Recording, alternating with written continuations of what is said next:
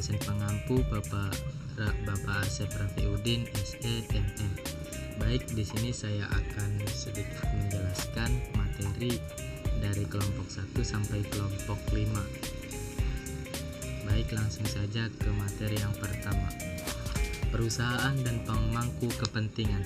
Dalam sebuah organisasi bisnis yang ada, terdapat sebuah pihak yang disebut dengan stakeholder.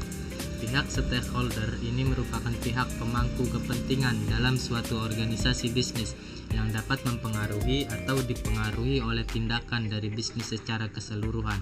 Stakeholder merupakan individu, sekelompok manusia, komunitas atau masyarakat baik secara keseluruhan maupun secara parsial yang memiliki hubungan serta kepentingan terhadap perusahaan. Individu, kelompok maupun komunitas dan masyarakat dapat dikatakan sebagai stakeholder.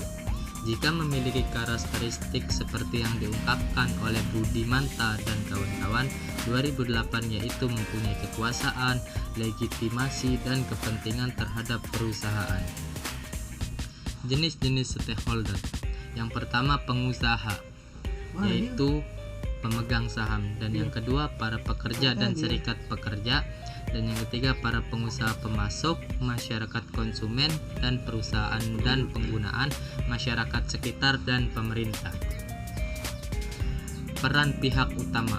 Yang pertama, kreditor, lembaga keuangan atau individu yang memberikan pinjaman kepada perusahaan. Yang kedua, pemilik owner atau pemilik saham, seseorang yang mengeluarkan idenya untuk membuka sebuah usaha dengan mengeluarkan biaya atau modal untuk usaha tersebut. Dan yang ketiga ada karyawan, orang yang ditugaskan untuk menjalankan kegiatan dan perusahaan. Pemasok, partner kerja dari perusahaan yang siap memenuhi ketersediaan bahan baku. Pelanggan, fokus perusahaan dalam memberikan produk dan jasa yang diharapkan oleh pelanggan. Pesaing, tergantung pada pengetahuan karyawan tentang pesaing dan peranan dalam bisnis. Dan yang terakhir yaitu pemerintah, memiliki kekuasaan untuk memberikan perizinan. Lanjut ke stakeholder. Stakeholder utama. Stakeholder itu terbagi menjadi 3. Yang pertama ada stakeholder utama, yaitu primer, memiliki kaitan kepentingan secara langsung dengan suatu kebijakan, program, atau proyek. Dan yang kedua ada stakeholder kunci, yang memiliki kewenangan secara legal dalam hal pengambilan keputusan. Dan yang ketiga ada stakeholder pendukung, yaitu sekunder, yang tidak memiliki kaitan kepentingan secara langsung terhadap suatu kebijakan, program, dan proyek. Lanjut ke materi yang kedua, yaitu globalisasi dan etika bisnis. Etika bisnis di era globalisasi bisnis merupakan sebuah kegiatan yang telah mengglobal. Setiap sisi kehidupan diwarnai oleh bisnis. Tiap-tiap negara memiliki sebuah karakteristik sumber daya sendiri, sehingga tidak mungkin semua negara merasa tercukupi oleh semua sumber daya yang mereka miliki. Isu-isu dalam etika bisnis internasional. Isu-isu dalam etika bisnis internasional yang pertama, ketenaga kerjaan, hak asasi manusia, HAM, lingkungan, korupsi, tanggung jawab sosial perusahaan. Penentu perilaku tidak etis dalam bisnis internasional. Perilaku etis mengacu pada tindakan dan keputusan yang selaras dengan nilai, prinsip, dan kode moral individu atau organisasi. Sedangkan perilaku tidak etis mengacu pada tindakan dan keputusan yang melanggar nilai-nilai dan kode moral. Faktor yang mempengaruhi perilaku etis dan tidak etis dalam organisasi yang pertama, budaya, organisasi, dan karakteristik pribadi.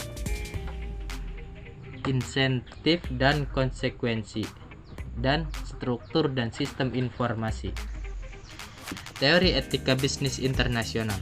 Terdapat 4 teori dalam etika bisnis. Yang pertama etika deontologi, dan yang kedua etika teleologi, dan yang ketiga etika hak, dan yang terakhir etika keutamaan.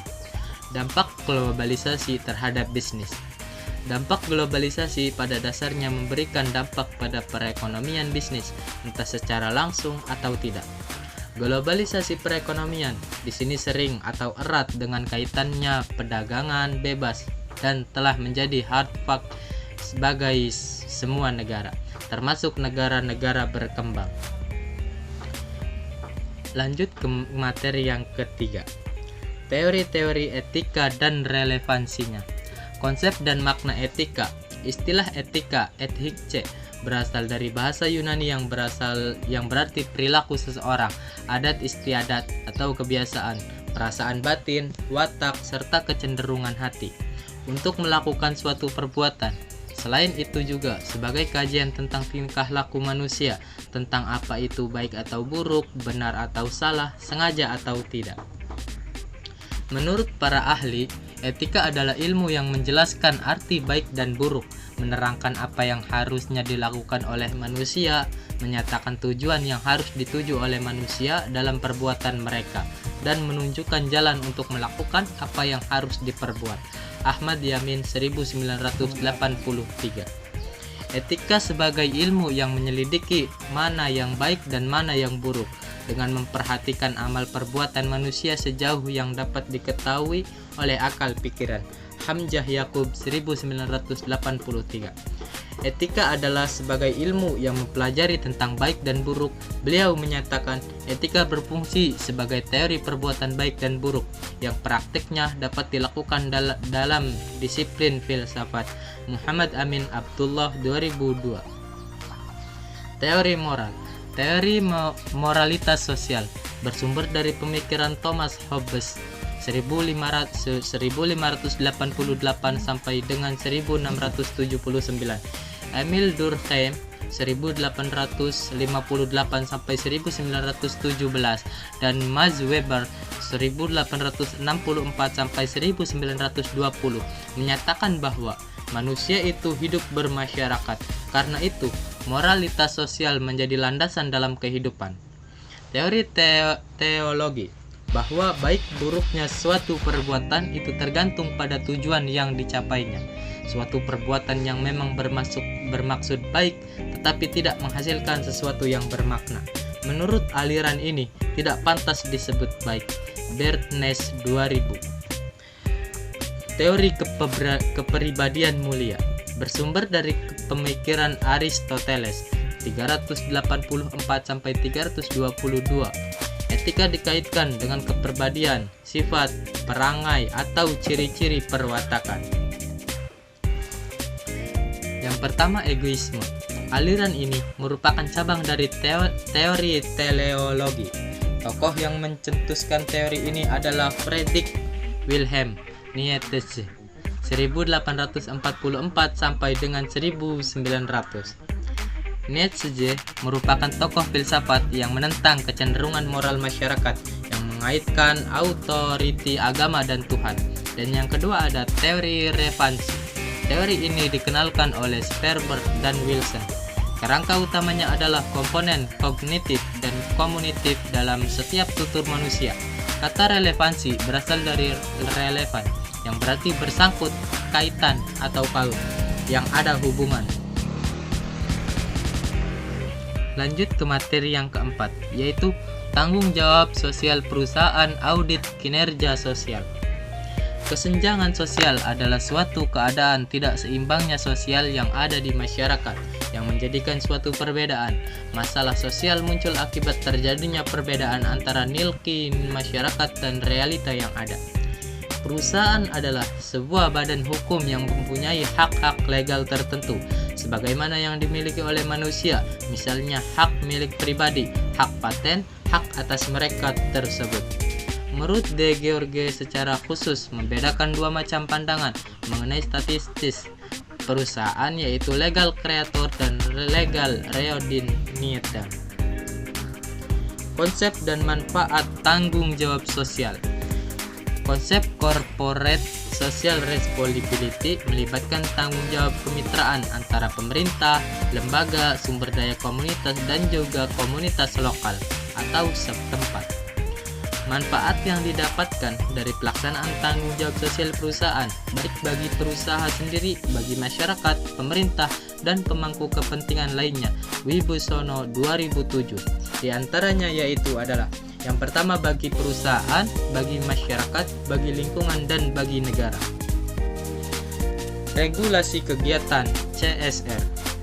Corporate Social Responsibility atau tanggung jawab sosial perusahaan merupakan kewajiban perusahaan yang dianggarkan dan diperhitungkan sebagai biaya perusahaan yang pelaksanaannya dilakukan dengan memperhatikan kepatutan dan kewajaran.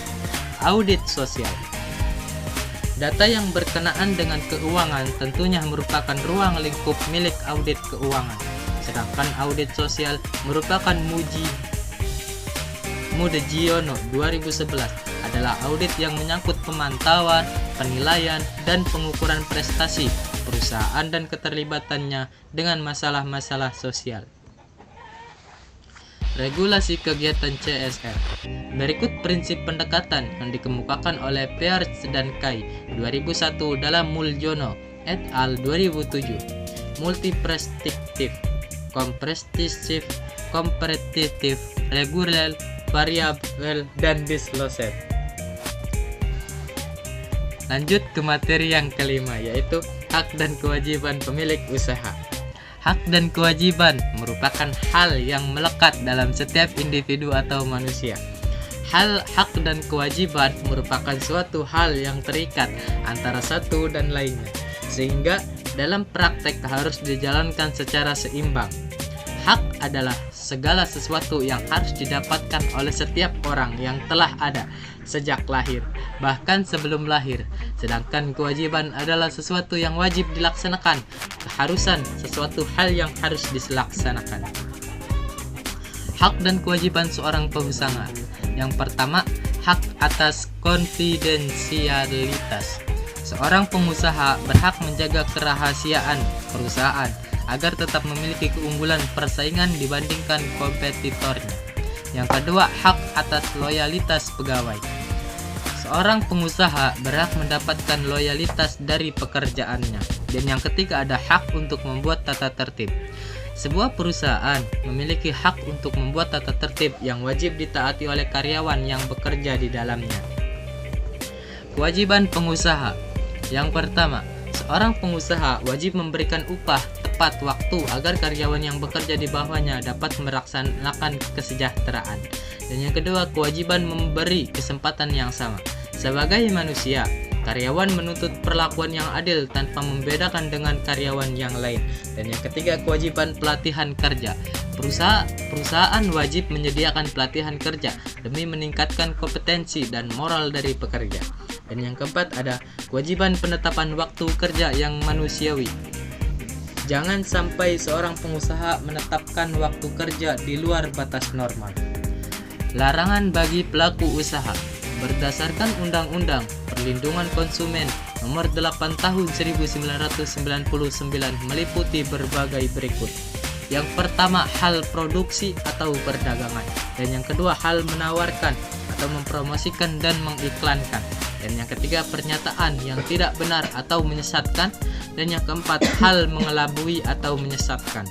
Dan yang kelima, hal promosi, iklan yang dapat dilaksanakan. Dan yang keenam adalah hal hadiah yang tidak dilaksanakan. Sekian dari saya. Wassalamualaikum warahmatullahi wabarakatuh.